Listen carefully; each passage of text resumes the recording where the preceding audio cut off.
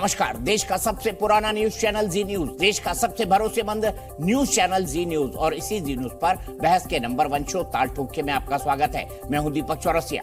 Israel और Hamas की लड़ाई का 10वां दिन है। उत्तरी गाजा में इजराइल के ताबड़तोड़ हमले जारी हैं। हमास के 250 ठिकानों को टारगेट किया है। हमास के अब तक 6 कमांडर मार गिराए हैं।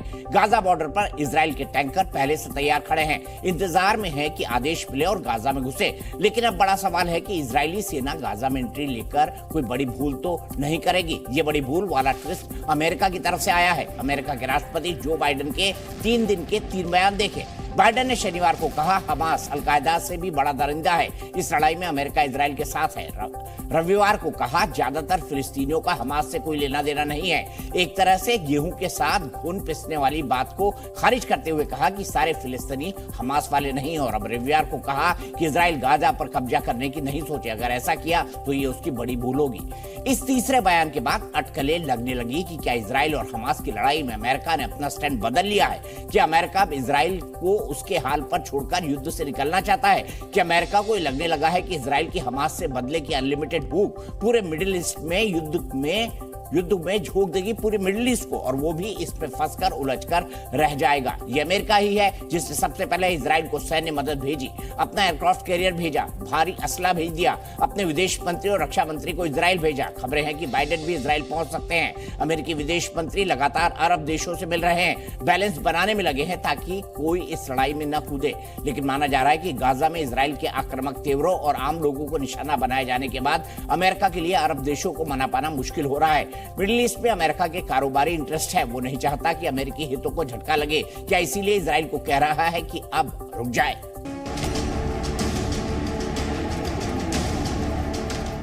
सीधे चलता हूं अपने पैनल पे, कौन कौन हमारे साथ जुड़े हुए हैं। सैयद असीम वकार साहब जुड़े हुए हैं, AIMIM के स्पोक्स पर्सन हैं। दीपक वोरा साहब हैं, डिप्लोमेट हैं। अतीकुर रहमान इस्लामिक रिसर्चर हैं। डॉक्टर सुधांशु त्रिवेदी थोड़ी ही देर में हमारे साथ जुड़ेंगे, जो कि भारतीय जनता पार्टी के प्रखर प्रवक्ता हैं और साथ ही साथ राज्यसभा के सांसद भी। दीपक वोरा साहब, सबसे पहले मैं समझना चाहूंगा कि अमेरिका ने जो कुछ कहा है कि भाई गाजा पे कब्जा करने की बात इजराइल छोड़ दे, क्या ये अमेरिका का यू टर्न है? क्योंकि हमारे कुछ एक्सपर्ट हैं वो कह रहे हैं कि अमेरिका ने तब यू टर्न ले लिया, वो इजराइल के साथ नहीं है, मिडिल ईस्ट के देशों के साथ है, क्योंकि अरब देशों का उस पर दबाव है। आभारी हूँ साहब, बहुत अच्छा लगता है जब आपके साथ होता हूँ, आपसे सीखने को मिलता है और बाकी आपके पैनल में जो है उनके साथ भी। देखिए, एक बयान दिया था सर जो बाइडेन ने, और एंटनी ब्लिंकन जिनको मैं जानता हूं, उन्होंने भी यही कहा है कि जब तक अमेरिका है तब तक इजराइल रहेगा। वो सिर्फ ये कह रहे हैं, पब्लिक प्रेशर बहुत पड़ रहा है कि गाजा स्ट्रिप को आप लोग अभी वहां पर अपनी हुकूमत मत जमाएं, हल्के हल्के करिए, पहले खात्मा करिए। आपका इंटेंशन क्या था? गाजा पे कब्जा करना नहीं था, आपका इंटेंशन था हमास को खत्म करना। वो आप खत्म कर दीजिए, उसके बाद नेक्स्ट स्टेप हम लिया जाएगा। तो कोई चेंज नहीं है उनकी पॉलिसी में, सिर्फ एम्फेसिस का फर्क हो सकता है। दूसरा, आपने जिक्र किया ईरान क्या स्पोक्स पर्सन बन गया है हमास का, जो कह रहा है कि पहले बमबारी बंद करो, यानी बमबारी से बहुत नुकसान हो रहा है। सब बिटवीन द लाइंस तो हमारी ट्रेनिंग होती है पढ़ने की। और तीसरी चीज सर, हमारे जितने मेहमान हैं मैं उनसे सीखना चाहता हूं, ये पैलेस्टाइन के लोग जो हैं, क्या ये अरब लोग हैं? मेरा नहीं मानना है सर, मैं तो रह चुका हूं उस इलाके में। अरब लोग इनको अरब नहीं मानते। ज्यादा शोर मच रहा है नॉन अरब इस्लामिक कंट्रीज में। अरब इजिप्ट का बॉर्डर है, वो नहीं खोल रहे हैं सर। 5 घंटे के लिए कुछ दवाइयां भेज देंगे, ये कर देंगे, कोई लेने को तैयार नहीं है इनको। ये जानते हैं कि बहुत पहले जॉर्डन में 40 साल पहले क्या हुआ था, 67 वॉर के बाद, एटसेट्रा एटसेट्रा। सो इस समय सिचुएशन ये है, इजराइल इज डिटर्मिन्ड कि हमास को खत्म कर देना है। उसके बाद गाजा में किसकी हुकूमत होगी, वो सेकंड स्टेज होगा। ठीक है, मैं सीधे असीम वकार साहब के पास चलता हूं। असीम वकार साहब, आपने दीपक वोरा जी की बात सुनी, आपको क्या लगता है? और आप मुझे बताइए कि आप लोग तो सब उम्मा की बात करते हैं ना, इस्लामिक ब्रदरहुड, तो मिस्र अपने बॉर्डर क्यों नहीं खोल देता? जॉर्डन अपने बॉर्डर क्यों नहीं खोल देता? इजरायली लोग फिलिस्तीनियों को बचा ले भाई, गाजा में हवाई हमले कर रहा है अमेरिका। तो ना देखिए, सीधी सी बात, इजराइल से आपका दीपक चौरसिया साहब कोई ना तो खूनी रिश्ता है ना धार्मिक रिश्ता है, फिर भी आप इजराइल का समर्थन कर रहे हैं। बोरा साहब का भी कोई ब्रदरहुड वाला रिश्ता नहीं है, ना तो वो इजरायली हिंदू हैं, ना बोरा साहब ज्यूज हैं, फिर भी बोरा साहब इजराइल का समर्थन कर रहे हैं। देखिए, जो मुल्क होते हैं इनकी अपनी पॉलिसीज होती हैं, लेकिन ह्यूमैनिटेरियन ग्राउंड के ऊपर, जो मानवता की जो ग्राउंड होती है, उस पर अगर बात की जाए, मैं आपसे छोटी सी बात पूछ रहा हूँ। ये वार चल रही है फिलिस्तीन और इजराइल के बीच, ये पहली बार नहीं हुआ है, ये 1948 से लगातार चलती चली आ रही है। ये इससे पहले, अभी चलो हमास ने हमले किए, इससे पहले भी 7-8 महीने, साल भर, 2 साल पहले इजराइल लगातार गाजा में बम बरसाता रहता है, रॉकेट दागता रहता है, मस्जिद अक्सा पे फायरिंग करता रहता है। इजराइल ने अवैध कब्जा कर रखा है, ये आप भी जानते हैं, बोरा साहब भी जानते हैं। अच्छा, मुझे एक बात बताइए वसीम वकार साहब, क्यों इसको आप लोग नहीं मानते हैं या नहीं कहते हैं, ये मुझे नहीं पता। मैं किसी के साथ नहीं हूं सर, मैं अपने दर्शकों के क्यों साथ नहीं हूं। मानते मेरे हैं, सवाल मुझे का नहीं जवाब पता। दीजिए। ये बताइए, यहूदी धर्म, जूश धर्म, यहूदी धर्म सुनिए। कितना पुराना है? असीम वकार साहब, कहीं पढ़ा है आपने यहूदी धर्म के बारे में? कितना पुराना है? सर ये धर्मों की बहस नहीं है। नहीं, इसी के आधार पर तो उम्मा हुआ ना सर, इस्लामिक ब्रदरहुड तो उसी से हुआ। अब देखिए, मिस्र भी बॉर्डर नहीं खोल रहा, जॉर्डन भी नहीं खोल रहा। अरे सुनिए, असीम वकार साहब, आपकी पार्टी की बात विदेश वाले भी नहीं सुन रहे, देश में तो सुन ही नहीं रहे। भाई, इस्लामिक ब्रदरहुड के नाम पे खोल देना चाहिए ना उनको। अरे सुनिए तो सर, अमेरिका में, न्यूयॉर्क में और शिकागो में यहूदी बड़े बड़े हाथ में होल्डिंग्स लेकर और तख्तियां लेकर बाहर निकल आए, और यहूदी कह रहे हैं कि इजराइल यहूदी स्टेट नहीं है, फिलिस्तीनियों को जुल्म किया जा रहा है फिलिस्तीनियों पे। न्यूयॉर्क के यहूदी तो स्पीच दे रहे हैं कि अमेरिका हमारे नाम के ऊपर कतलेआम मचाए हुए है, ओपन एयर जेल में मुसलमान मासूम फिलिस्तीनियों का खून बहाया जा रहा है, ये रोका जाए। ये आप टीवी पे क्यों नहीं चला रहे हैं सर? ये मैं झूठ तो नहीं बोल रहा हूं। ये अंतरराष्ट्रीय पार्टी है, सीधे शिकागो की खबर, नीचे की कोई बात ही नहीं आती वकार साहब।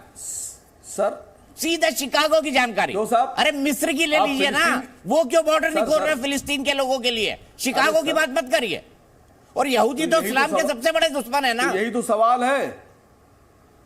अरे सुनिए तो सर, यही तो सवाल है कि दीपक चौरसिया जो है मिस्र की और इजराइल की तरफदारी कर रहा है, आसिम वकार शिकागो की बात नहीं कर सकते, आप इजराइल की बात कर सकते हैं। अरे साहब, आप तो यूनिवर्स की करिए सर, पूरे ब्रह्मांड की करिए, मुझे कोई दिक्कत नहीं है। सुनिए सर, मुझे क्या दिक्कत होगी? सुनिए, आप हैं जर्नलिस्ट, सुनिए, आप हैं जर्नलिस्ट, आपको ट्रेनिंग ये दी गई, आपने जब पढ़ाई की होगी कि सारी खबरें एज इट इज दिखाओ, तुम्हारा कोई ना पॉजिटिव पक्ष होगा ना नेगेटिव पक्ष होगा, जो घट रहा है उसे दिखाओ। तभी तो आपको दिखा रहा हूं कि क्या गलत क्या सही, तभी तो आपको दिखा रहा हूं असीम वकार साहब। दिखाने लगे, परसेप्शन बताने लगे। मुझे पता है कि आप देश की लाइन के साथ नहीं है। प्रधानमंत्री ने कहा इजराइल का समर्थन, आप नहीं कर रहे हैं। सुनिए सर, देश की जो सरकार है, इसकी पार्टी है बीजेपी, और बीजेपी की जो लाइन है वो ये है कि बिल्किस बानो के बलात्कारी जो हैं वो संस्कारी ब्राह्मण हैं। बिल्किस बानो, तो क्या इजराइल से सीधे भारत आ गए आप? अभी शिकागो में थे, न्यूयॉर्क में थे, अब भारत आ गए गुजरात में। दीपक चौरसिया साहब, आप नहीं, आप बलात्कारियों के साथ खड़े हैं, आसिम वकार बिल्किस बानो के साथ खड़े हैं, तो क्या हम आपकी बात मान लेंगे? चलिए, डॉक्टर सुधांशु त्रिवेदी जी हमारे साथ जुड़ गए हैं। को संस्कारी ब्राह्मण कहेंगे? क्या आपने हमको अपने जैसा समझ रखा है? आप मेरे जैसे ना बने असीम वकार साहब, और मैं भी आपके जैसा नहीं बन सकता। गैर वाजिब दोनों बातों का जवाब देता हूं। दीपक जी, असीम वकार साहब की वाजिब और गैर वाजिब दोनों बातों का जवाब देता हूं। आखिरी बात से शुरू करता हूं। बिल्किस बानो के बलात्कारी 14 साल जेल में रहने के बाद बाहर आए, मगर यूपी में एक इमराना थी, वो तो मुसलमान थी, जिसके ससुर ने उसके साथ बलात्कार किया, और उसके बाद मौलवी ने फतवा दे दिया कि अब इसके बाद वो अपने ससुर की पत्नी और पति की मां हो गई, और उसके बाद वो इस्लाम के आलिम फाजिल बने रहे। वो मौलवी, अरे सुनिए जरा, आप गलत क्या कह रहे हैं? मौलवी और मुकर्रम बने रहेंगे। अरे क्या कार्रवाई की गई उसके खिलाफ? क्या मुस्लिम पर्सनल लॉ बोर्ड ने एक बयान दिया? समाजवादी पार्टी की सरकार ने एक कार्रवाई की। इसलिए मैं कह रहा हूं, मुस्लिम औरतों की मजलूमियत, आप देखिए, आप बोल रहे थे, मैं डिस्टर्ब नहीं कर रहा। असीम वकार साहब, बीच में नहीं प्लीज। मुस्लिम औरतों के, नहीं, आप गलत बात बोल रहे हैं सर। जनाब, मुस्लिम, अरे जवाब देने का पूरा मौका दूंगा। असीम वकार जी, जवाब देने का पूरा मौका दूंगा। सुनिए, आपका जब टर्न आए बोलिएगा। मुस्लिम औरतों की मजलूमियत को भी सहूलियत के हिसाब, सहूलियत की सियासत के तराजू पे तौला जाता है। क्यों बताइए? मेहरम की परंपरा हमारी बीजेपी सरकार ने खत्म की ना। उससे पहले मां बेटी नहीं जा सकती थी हज पे, अब जा सकती हैं। परिवार की 4 महिलाएं जा सकती हैं। हमने तलाक बिद्दत खत्म किया। मुस्लिम महिलाओं की सहूलियत और मजलूमियत सियासत के तराजू पे तौली जाती है, उसके बाद होता है। अब मैं दूसरी बात पे आता हूं, अब इजराइल पे आता हूं। अरे हो गया भाई, आप बीच में क्या डिस्टर्ब कर रहे हैं भाई? दर्शकों को सब दिखाई पड़ता है, अपना टर्न आए तब बोलिएगा। क्यों क्रेडिट ले रहे हैं? अरे जनाब अपना टर्न आए तब बोलिएगा भाई। अरे एक और बात बता दें। असीम वकार साहब, और ऐसा ना करिए, इस्लाम में please। कितना पूरा मौका जबरदस्त दूंगा भाईचारा असीम वकार साहब, आप इतने सज्जन आदमी हैं, ना करिए ऐसा। पूरा मौका दूंगा आपको। बहुत अभी 1 घंटा बाकी है डिबेट में, हमारा लंबा शो होता है, आपको कह पता है। दीजिएगा कि साहब ये मेहरम की बात गलत है और हमारी सरकार ने गलत उसको रोका था, तलाक के बिद्दत हमने गलत रोका था। आप कहिएगा, जब आपका टर्न है मेरी बात की धज्जी उड़ा दीजिएगा। अब मैं बताता हूं इस्लाम में कितना जबरदस्त भाईचारा है। अभी आपने इस्लामिक ब्रदरहुड की बात कही, अब पहले अपने देश से फिर इजराइल तक जाता हूं। ये पाकिस्तान तो इस्लामिक ब्रदरहुड पे बना था और पाकिस्तान बनने में सबसे बड़ा रोल तो यूपी बिहार के मुसलमानों का था। अलीगढ़ मुस्लिम यूनिवर्सिटी उसका सबसे बड़ा आइडियोलॉजिकल सेंटर था और यूपी बिहार का मुसलमान जब वहां गया तो मुहाजिर कह के भगा दिया गया। कहा गया तो आप कब्जा करे ले रहे हैं। और भारत हिंदू ब्रदरहुड पे नहीं बना था, मगर पाकिस्तान से पंजाबी और सिंधी हिंदू आया, भारत में रहा, बाकायदा प्रॉस्परस किया। मगर इस्लामिक ब्रदरहुड पे बने हुए पाकिस्तान ने यूपी के मुसलमानों को नहीं एक्सेप्ट किया, उन्हें मुहाजिर कह के भगा दिया और उनके साथ अत्याचार किया। अब आते हैं आपके ऊपर, इजराइल और इसके ऊपर। देखिए बड़ी वाजिब बात कही थी वकार साहब ने।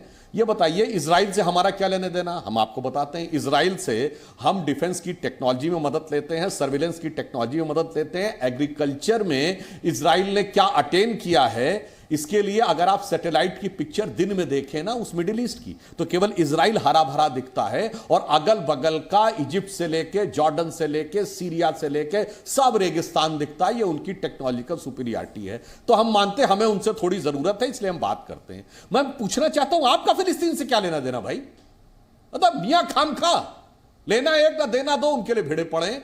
अरे भाई फिलिस्तीन और इजराइल की लड़ाई है और आपकी बात सही है, आज से नहीं 75 साल से चली आ रही है, 1948 से चली आ रही है। हिंदुस्तान के मुसलमान का क्या लेना देना फिलिस्तीन से ऊपर? हमने भारत का क्या लेना देना इजराइल से आपको बता दिया। आप बताइए, फिलिस्तीन से कोई एक टेक्नोलॉजी मिलती हो, फिलिस्तीन से आपको कोई आर्थिक सहायता मिलती हो, फिलिस्तीन आपके लिए कभी कोई खड़ा रहता हो, यहां पर कोई स्कूल और वो चलाता हो, कुछ भी तो नहीं है। इसलिए मैं कह रहा हूं भारत के अंदर की बात से इसको नहीं जोड़ना चाहिए और उनमें जो आपस में लड़ाई है, भारत की सरकार का स्टैंड है असीम वकार साहब कि फिलिस्तीन को एक स्टेट के रूप में हम स्वीकार करते हैं और यह कहते हैं इजराइल के साथ शांतिपूर्ण वार्ता के द्वारा उसका समाधान होना चाहिए। दीपक बोरा साहब डिप्लोमेट रहे, वो इस बात को और बेहतर ढंग से एस्टैब्लिश करेंगे। मगर जब आतंकवाद की घटना होती है और उसके ऊपर चुप रहते हैं, और आज देखिए दीपक जी कितनी मजेदार बात है, लेफ्ट पार्टी के नेता और मणिशंकर अय्यर गए हैं फिलिस्तीन के दूतावास में फिलिस्तीन का समर्थन करने। अरे साहब इससे बड़ी तो जहालत हो नहीं सकती। एक मुस्लिम देश बता दीजिए जहां लेफ्ट पार्टी बैंड ना हो। बैंड काम ही नहीं कर सकते, प्रतिबंधित कह दो कम्युनिस्ट पार्टी के जेल डाल दिए जाओगे भाई। और वो क्या हैं? मुनाफिक हैं कुरान के हिसाब से। वो अल्लाह को नहीं मानते तो वो काबिले गर्दन जनी हैं, यानी वो भगवान को ही नहीं मानते भाई। इस भगवान उस भगवान को तो छोड़िए, और वो जाके वहां जाके ये कह रहे हैं तो कम्युनिस्टों के ऊपर तो वो बात याद आती, 100 जूते खाएं तमाशा फिर भी देखें। भारत की अंदरूनी राजनीति में इन चीजों का कोई लेना देना नहीं है, मगर अपनी सहूलियत के हिसाब से चंद कट्टरपंथी वोटों की सौदागरी के लिए भारत के सारे राजनीतिक दल इस विवाद में अकारण अपनी भूमिका निभाने की कोशिश कर रहे हैं और इन्हीं तरीकों के द्वारा भारत के अंदर भारत की व्यवस्था, शांति व्यवस्था और भारत के मुसलमानों का नुकसान किया गया। अन्यथा अब मैं कह रहा हूं असीम वकार साहब बता दें कि भारत के मुसलमानों को फिलिस्तीन से क्या मिलता है, भारत सरकार को इजराइल से क्या मिलता है, मैंने बता दिया। ठीक है असीम वकार साहब, भारत के मुसलमान का फिलिस्तीन के लोगों से क्या नाता?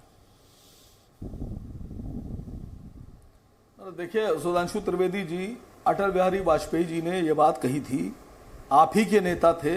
उन्होंने कहा था कि फिलिस्तीन की जमीन पर इजराइल अवैध कब्जा जमा कर बैठा है और इजराइल को अपना अवैध कब्जा खाली करना होगा।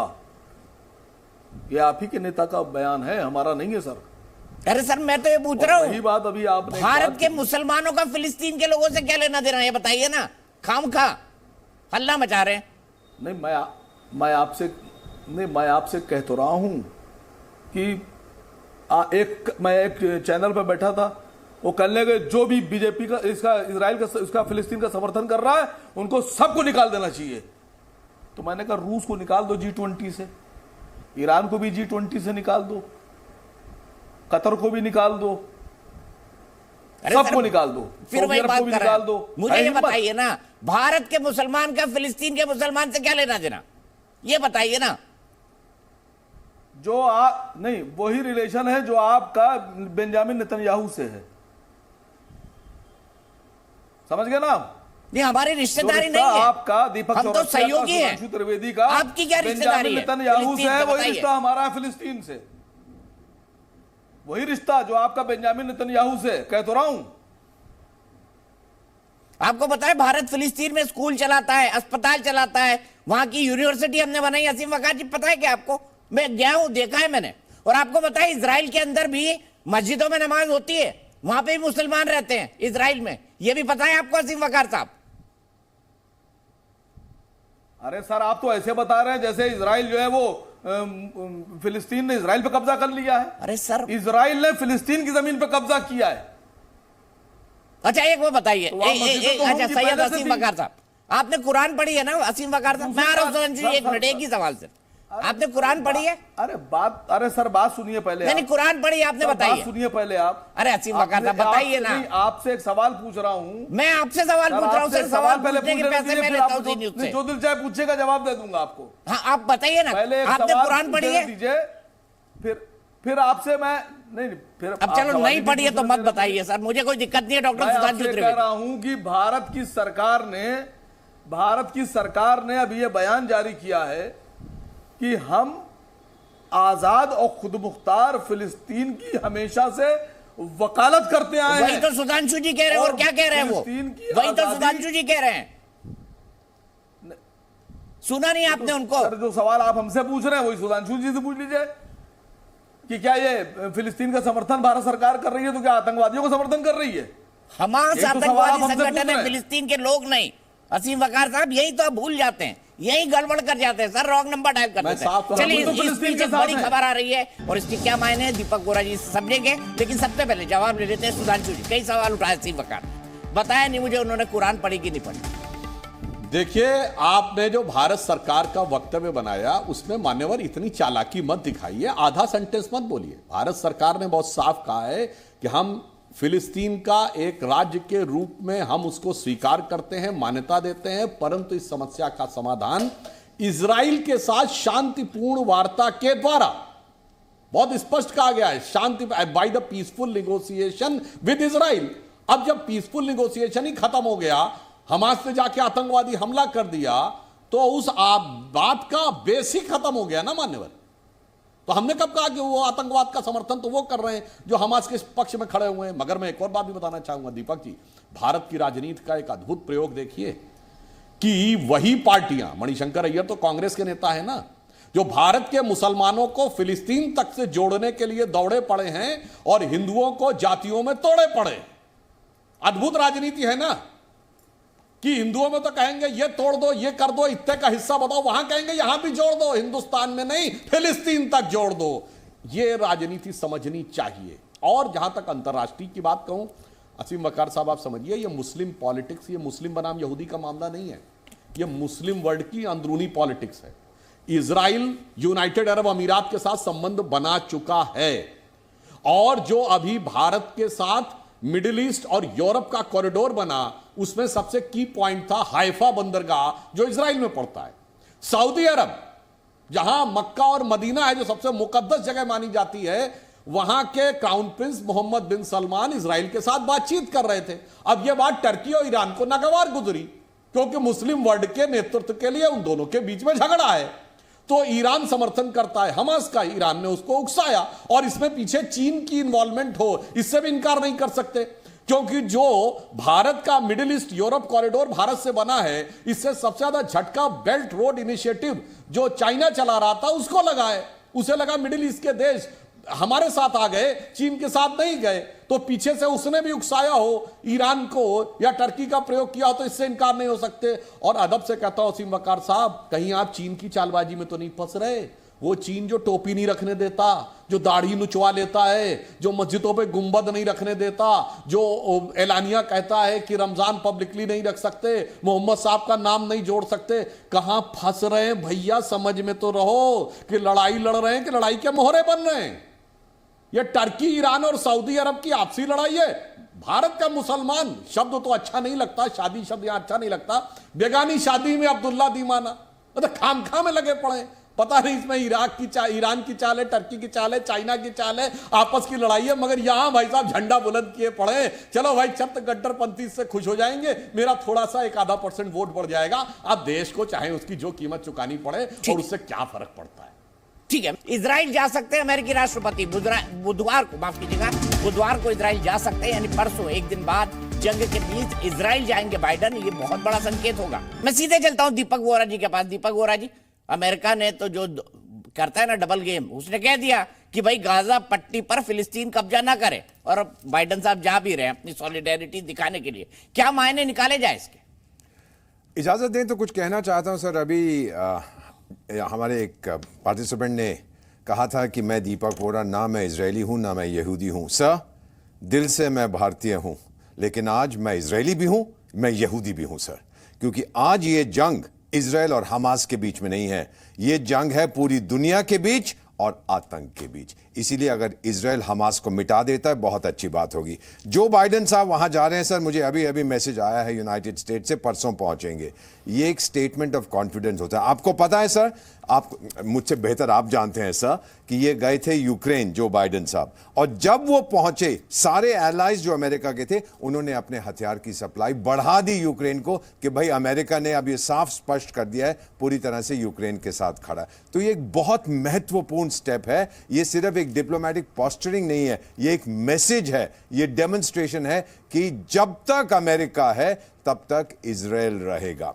एक चीज और सर, इजराइल का जो संविधान है, भले ही आप उससे सहमत हो ना सहमत हो, इतना बता देता हूं सर, उसमें माइनॉरिटीज को प्रोटेक्शन दी गई है। हाँ, ये जरूर कहा है ये हिब्रू स्टेट है, जूइश स्टेट है, 22%। अगर आप जो नॉन पैलेस्टीनियन मुस्लिम्स हैं, यानी इंडिया के जो हैं, पाकिस्तान के हैं, बांग्लादेश के हैं, मलेशिया, इंडोनेशिया, वेस्ट अफ्रीका हैं, वो 5% हैं। और अगर सबको मिला दें तो लगभग 1/4 हिस्सा इजराइल का मुस्लिम्स हैं, और सारी फ्रीडम इनको मिली हुई है जो मिलनी चाहिए संविधान के अंतर्गत, इजराइल की सुब्सिडियंस दी हैं। तो मेरा मानना आज ये है सर, कि ये जो जंग इस समय है, तो जो अरब देश हैं ये स्टेटमेंट्स जरूर देंगे, लेकिन आगे कुछ नहीं करेंगे, क्योंकि आपस में इनकी बनती नहीं है। एक फाइनली चीज सर, जो लोग इतिहास में इंटरेस्ट लेते हैं, ये बात मैं कर रहा हूं 1980s की, जब मैं यूनाइटेड स्टेट्स में था। अमेरिका के राष्ट्रपति थे रोनाल्ड रेगन, और उस समय वो ईरान कॉन्ट्रा स्कैंडल चला था। आपको याद होगा सर, सऊदी अरेबिया के शहंशाह को रोनाल्ड रेगन ने कहा था हमारी मदद करिए ईरान वगैरह जो कॉन्ट्रा स्कैंडल है उसमें। तो उस समय सऊदी अरेबिया के शहंशाह ने बोला भाई मैं आपकी मदद करूंगा, आप मुझे पैलेस्टीन दे दीजिए। रोनाल्ड रेगन, मैं तो वहीं पोस्टेड था, बोले यस, आपको पैलेस्टाइन मिल गया। उन्होंने आके यासिर अराफात से कहा कि मुझे पैलेस्टाइन मिल गया। अराफात साहब बोले अरे पागल हो, हमें पैलेस्टाइन नहीं चाहिए, देश बन गया तो कौन चलाएगा, मुझे तो मदद चाहिए ताकि मैं उसका फायदा उठाऊं। ये मैं नहीं कह रहा हूं सर, ये इतिहास के पन्ने आपको सिखाएंगे, पढ़िएगा कि ये जो आप बात करते हैं पैलेस्टीनियन की, 2000 साल पहले सर ईसा मसीह का जन्म एक यहूदी परिवार में हुआ था, और यहूदियों ने उनको फांसी लगाई थी क्योंकि उन्होंने दूसरी टाइप की टीचिंग की। तो यहूदी लोग छोड़ के चले गए पूरे यूरोप में जहां उनके साथ अत्याचार हुआ, और फिर वो मेमोरी 2000 साल पुरानी जो उनका होमलैंड था उस पर वो वापस आए। तो आप ये कैसे कह सकते हैं सर? 1947 की वोटिंग देखिए यूएन में सर, जब उन्होंने कहा था एक पैलेस्टाइन स्टेट और एक जूइश स्टेट बनेगा इन पैलेस्टाइन, जूइश स्टेट ने मान लिया, अरब्स नहीं माने उसको। किसकी गलती है सर? क्या अत्याचार हो रहे हैं वहां पर? आप कभी गए हैं? मैं तो उस एरिया में 6 साल रहा हूं सर, मुझसे पूछिए, मैं आपको बताता हूं सर। पहले पता करिएगा। और फिर इंडियन मुस्लिम जो हैं उनका कोई लेना देना नहीं है उधर से। क्या ये धर्म जमीन का है? ये जंग क्या ये धरती की जंग है या ये धर्म की जंग है? मैं ये समझना चाहता हूं। ठीक है, अतीकुर रहमान साहब, फिलिस्तीन और इजराइल की लड़ाई मजहब की लड़ाई या जमीन की लड़ाई, बताइए।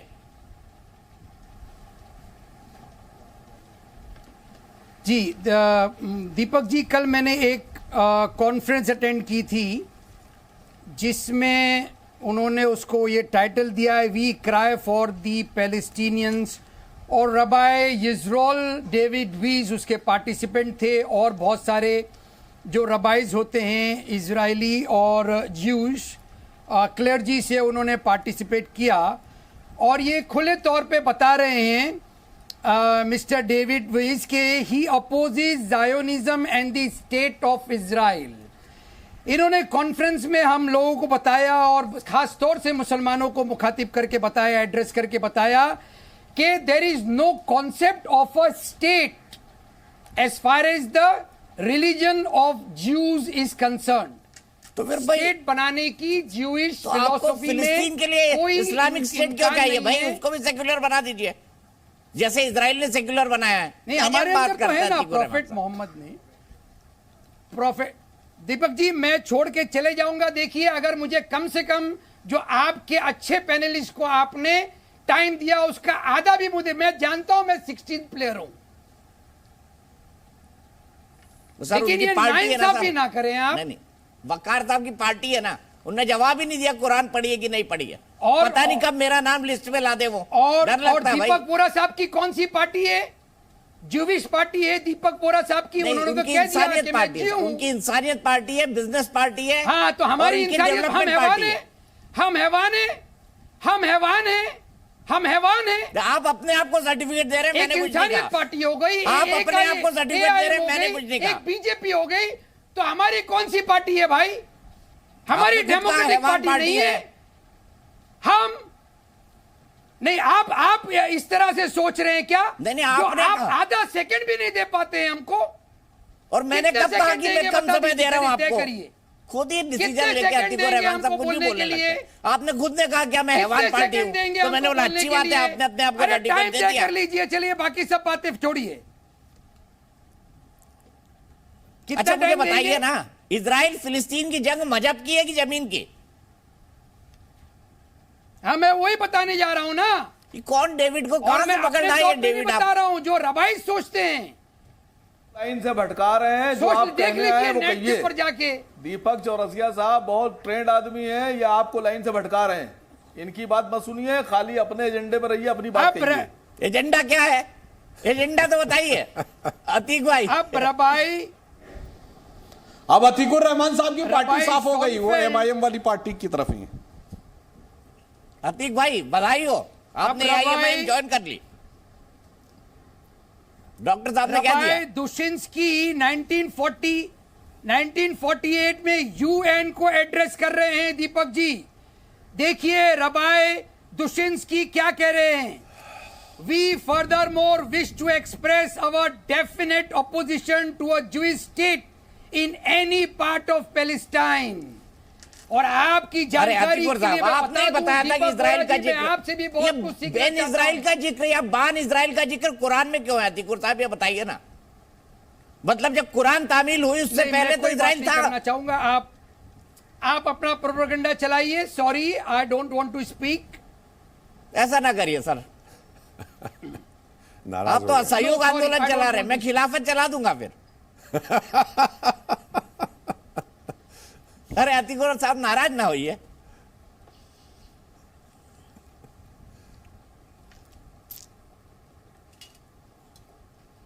क्या अतीक भाई, मतलब आप इतने स्कॉलर हैं, पढ़ते लिखते हैं, फिर नाराज हो जाते हैं।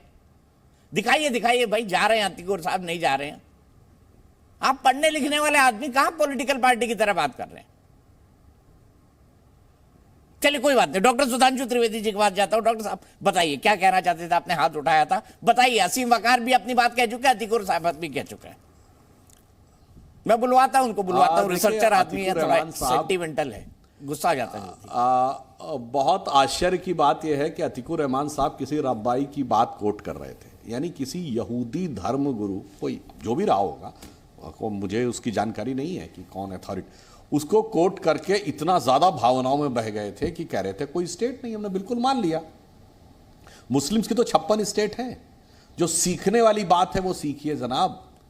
पिछले 100 साल में 950 नोबेल प्राइज मिले हैं, जिसमें यहूदियों को मिले हैं 225, उनकी आबादी है 0.2%, मुसलमानों को मिले 15, जिसमें 8 मिले हैं शांति के पुरस्कार, और साइंस के लिए मिले हैं सिर्फ 4, 3 केमिस्ट्री के, 1 फिजिक्स के, और तीनों जो केमिस्ट्री के मिले हैं वो अमेरिकन्स को मिले हैं जो ओरिजिनली इजिप्ट या टर्की के ओरिजिन के थे।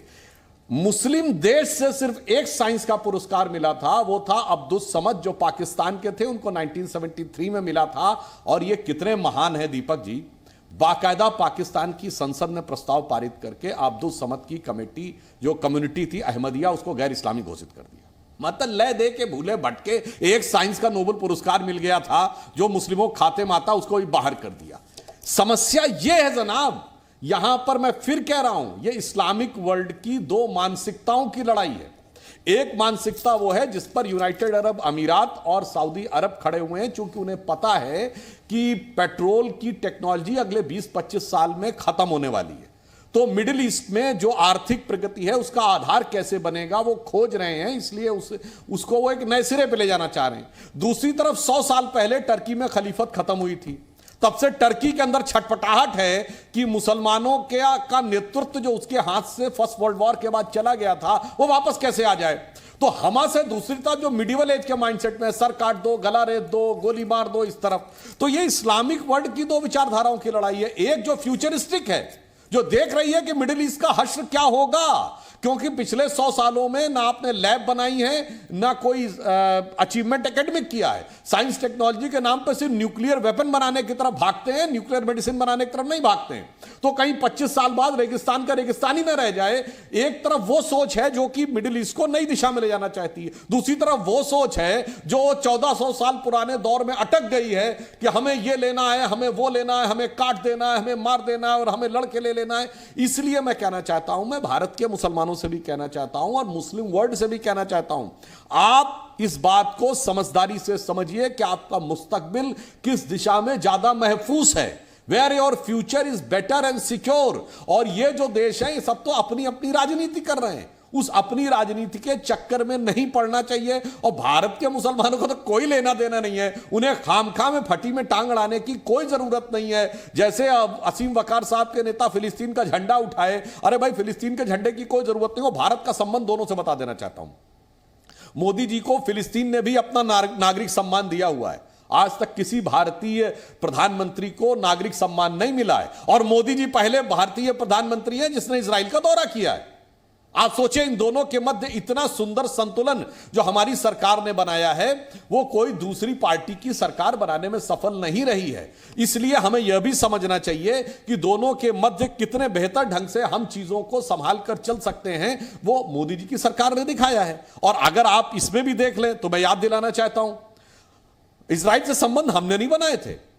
1992 में औपचारिक संबंध बने थे जब कांग्रेस की सरकार थी, पीवी नरसिम्हा राव प्रधानमंत्री थे। शुरुआत राजीव गांधी जी के जमाने में उस बातचीत की हो गई थी। बोरा साहब को ज्यादा बेहतर पता होगा, हम लोग तो बहुत बच्चे थे, स्कूल में पढ़ते थे। राजीव गांधी जी के जमाने में निगोशिएशन शुरू हो गए थे और 92 में नरसिम्हा राव की सरकार के समय में बने। और इंटेलिजेंस का आदान प्रदान अटल जी की सरकार के समय में शुरू हुआ। मोदी जी के टाइम में वो एक बहुत इंपॉर्टेंट पोजीशन पे आके संभल गया। और भारत से संबंध जानते हैं असीम वकार साहब क्या है, जानते क्या है? जब इजराइल बना और यहूदियों पे हुए अत्याचार की हिस्ट्री लिखी गई, दुनिया के हर देश के यहूदियों से कहा गया तुम्हारे ऊपर क्या क्या जुल्म और ज्यादतियां हुई जरा लिखो। सिर्फ भारत एकमात्र देश था जिनके यहूदियों ने लिखा कि forget about the persecution, we never faced any discrimination. ज्यादती तो छोड़िए, हमारे साथ कभी भेदभाव नहीं हुआ। और यह सुनहरे वर्क में लिखा हुआ है इजराइल की हिस्ट्री में, जो भारत की महानता थी। और असीम वकार साहब ये भी आपको बात बता दें, इस्लाम के लिए भारत की खिदमत यह है कि इस्लाम के जितने फिरके इस समय दुनिया में पूरे आलम इस्लाम में हैं, अगर वो किसी एक मुल्क में है तो वो सिर्फ हिंदुस्तान है। 56 के 56 मुस्लिम देश में एक देश दावा नहीं कर सकता कि इस्लाम के सारे फिरके हैं, वो भी हिंदुस्तान में है। और ये दोनों चीजें इसलिए हैं कि एक हिंदू मेजॉरिटी देश है, क्योंकि ये हिंदू संस्कृति का देश है जो कहती है सबको साथ में लेके चलना है। और मूलतः मैं ये कहना चाहूंगा, भावनात्मक दृष्टि से आप वहां से जुड़े होंगे, परंतु हकीकत यह है कि रक्त के संबंध से यहां से ही जुड़े हुए हैं। इसलिए इस्लामिक वर्ल्ड की इस पॉलिटिक्स को समझिए और समझ के अपनी भूमिका का निर्धारण सही दिशा में करिए, सही तरीके से, समझदारी से करिए। बस हमारी इतनी गुजारिश। ठीक है असीम वकार जी, बताइए ईरान, टर्की, सऊदी, ये तीनों मुस्लिम देश है ना, ये आपस में क्यों झगड़ते रहते हैं सर? इनमें तो इस्लामिक ब्रदरहुड होना चाहिए, उम्मा होना चाहिए। देखिए, एक बात तो मैं दीपक बोरा जी की सहमत करता हूं। दीपक बोरा जी ने कहा कि इतने कंट्री हैं लेकिन ये अपने हितों के लिए हमेशा लड़ते रहते हैं और कभी साथ नहीं आते। दूसरी बात, जितनी पॉलिटिक्स और जितनी कमियां और खूबियां सब सुधांशु जी बता रहे थे, अरब में ये, अरब में वो, इसलिए ये हुआ, सर बहुत सी रणनीति मुझे पता है, लेकिन बहुत सी चीजों का खुलासा लाइव डिबेट में ऑन एयर नहीं किया जा सकता। अरे कर दीजिए नासिर वकार साहब। दूसरी बात, आपने कहा यहूदियों से कहा गया, सुनिए सुनिए, अरे सुनिए सर, सुधांशु त्रिवेदी ने कहा कि यहूदियों से कहा गया कि तुम पे जो जुल्म ज्यादती हुई, आप ही बोलेंगे मैं बोलूं? मेरी चांस है, आपकी चांस है। मैं दिल में रख रहा हूं लाइव डिबेट में। मैंने बोला बोलिए, हमारे कोई बंदिश नहीं है बोलने की, जो बोल रहा बोल। मैंने बोलने जा रहा हूं। सुधांशु त्रिवेदी जी ने कहा यहूदियों से कहा गया कि तुम पे दुनिया में जिस जिस मुल्क में जो जो ज्यादती जुल्म हुए वो लिखो। तो उन्होंने लिखा कि ये सर, यही एक बार जरा बिल्किस बानो से और एहसान जाफरी साहब की बेवा से कह दीजिए कि जो जुल्म ज्यादती हुए हैं वो लिखो। वो जो फादर को जिंदा जला दिया था विद फैमिली, जरा एक बार उसकी फैमिली से कहिए, एक बार लिखो जुल्म ज्यादती। एक बार गुजरातियों से कहिए कि लिखो जो जुल्म ज्यादती हुई है, कह के तो देखिए एक बार। हाँ, वो 60 जो लोग जला दिए गए क्यों नहीं कह रहे हैं? उनसे भी कहे कि लिखो। हाँ, उनसे भी कहना चाहिए। और वो कांग्रेस का अध्यक्ष था गोधरा का, वो भी कहें कि 60 लोग कैसे जलाए गए थे, लिखो सर आप। और जो कश्मीर में 5 लाख मार के भगा दिए गए, वो दिखाया गया तो झगड़ने लगे थे। चलिए आप बताइए, बोले, कोई बात। ओके। नहीं, देखिए कश्मीर के बारे में तो मैं एक बात बोल दूं कि कश्मीर में जो हुआ था वो अच्छा, गलत केरल था। का हम लोग उसका तब भी विरोध करते थे, आज भी करते हैं, और जिम्मेदारी आपकी है, आपकी सरकार की जिम्मेदारी है। और केरल में ले जाकर वापस बसाइए, रिहेबिलिटेट कीजिए। लेकिन भारत की सरकार नाकामयाब हो गई, नाकामयाब है आपकी सरकार कि कश्मीरी पंडितों को रिहेबिलिटेट नहीं कर पाई। 370 भी हटा दिया। अरे इस्लाम के नाम पे उनको मार के निकाला क्यों गया आसिफ वकार साहब, ये तो बता दीजिए। इस्लाम के नाम पर मार के निकाला क्यों गया कश्मीरी पंडित को, ये भी बता दीजिए। मैं तो कह रहा हूं गलत हुआ, मैं तो कह रहा हूं गलत हुआ। आपको छूट है, आप जाइए बसाइए उनको, क्यों नहीं बसा रहे हैं आप? बस गलत हुआ कह के आप चुप। और रही बात इस्लाम के नाम, सुनिए सर, कम से कम 100 वीडियो ऐसे होंगे दीपक चौरसिया जी, आपके छोटे भाइयों बड़े भाइयों के, जो कहते हैं कि मुसलमानों को हटा दो, मुसलमानों को निकाल दो, मुसलमानों तुम भाग जाओ, मुसलमानों को हटा दिया जाएगा, मुसलमानों को खत्म कर दिया जाएगा। 100 वीडियो हैं सर। कोई कह रहा है हिमाचल खाली कर दो, कोई कह रहा है उत्तरांचल खाली कर दो, कोई कह रहा है हिंदुस्तान खाली कर दो। 15 मिनट वाली बात किसने बोली थी आसिफ वकार साहब, ये भी बता आप उनकी पैरवी क्यों कर रहे हैं? 15 मिनट हटा दीजिए पुलिस मिलिट्री, फिर देखिए क्या होता है। ये किसने बोला था? ये भी वीडियो है।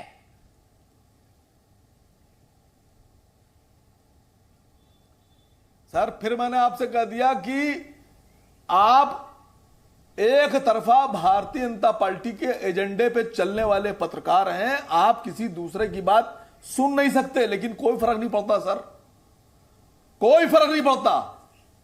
आप कुर्सी पे बैठ के भी सरकार को नहीं बचा पा रहे हैं। चलिए, आप इतनी मजबूत कुर्सी पे बैठ के भी बीजेपी का पक्ष नहीं रख पा रहे हैं सर। मैं तो चाहता हूं ओवैसी साहब को मेरी शुभकामनाएं, प्रधानमंत्री बने एक दिन, सदर ओवैसी साहब। नहीं, शुभकामनाएं तब दीजिएगा जब कभी बीजेपी की सरकार चली जाए और दूसरी सरकार आए। Doctor Sudhanshu Trivedi, concluding comment आप।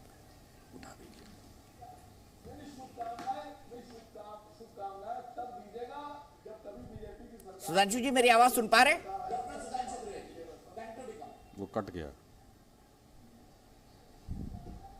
चलिए कोई नहीं, कंक्लूडिंग कमेंट दीपक वोरा साहब से लेते हैं, क्योंकि मुझे एक ब्रेकिंग न्यूज पर भी जाना है, बड़ी खबर आ रही है। बस इतना ही कहना चाहता हूं सर, जिस तरह से आपने इस डिबेट को किया है sir, no wonder you are the best anchor in the country, और आपका चैनल इतना पॉपुलर। 2 चीजें बहुत जल्दी, त्रिवेदी साहब ने जिक्र किया था, Johanna Spector Jewish film maker है, उनकी फिल्म देखिए, इंटरनेट पे अवेलेबल है। वर्ल्ड ज्यूरी में सारे देशों ने अत्याचार किए हैं यहूदियों पर, सिर्फ भारत ने उनका आगमन किया है। और दूसरी चीज सर, जब आपने बात की थी हमारे नॉर्मल रिलेशंस की, गोल्डा मेयर के साथ हमारी मुलाकात हुई थी जब वो प्राइम मिनिस्टर नहीं थी इजराइल की, कैसे मैं जानता हूं ये नहीं बताऊंगा, लेकिन हमने कहा था आपके साथ संबंध बनाना चाहते हैं। वो बोली हम तो आपका इंतजार कर रहे थे, आप आए नहीं थे। ये फीलिंग है इजराइल में भारत के प्रति सर, और मैं क्या कह सकता हूं। ठीक है, मैं यहीं पर रुकूंगा। जी